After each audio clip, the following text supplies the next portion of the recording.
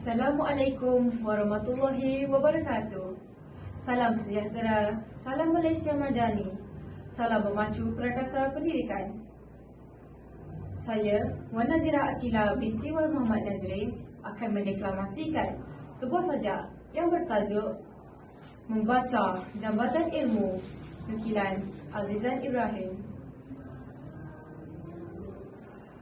Di sekolah suasana tenang, buku dibuka, hati pun lapang.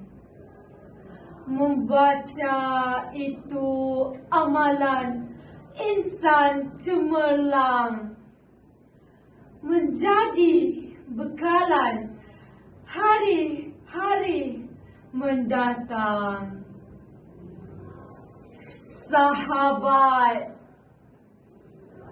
membaca itu pelita ilmu, menyinari hidup sepanjang usia.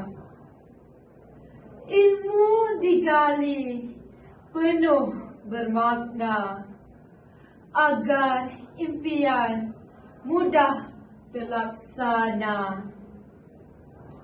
Sahabat, ingatlah, peranti elektronik jangan diagung-agungkan, sehingga pelajaran sering diabaikan. Ayo sahabat, gunakan masa dengan penuh bijaksana, supaya diri mampu melakar jaya. Sahabat, amalan membaca membentuk generasi unggul, melahirkan insan penuh gemilang. Marilah bersama mendemai ilmu di dada, agar terlahir generasi bijak pandai.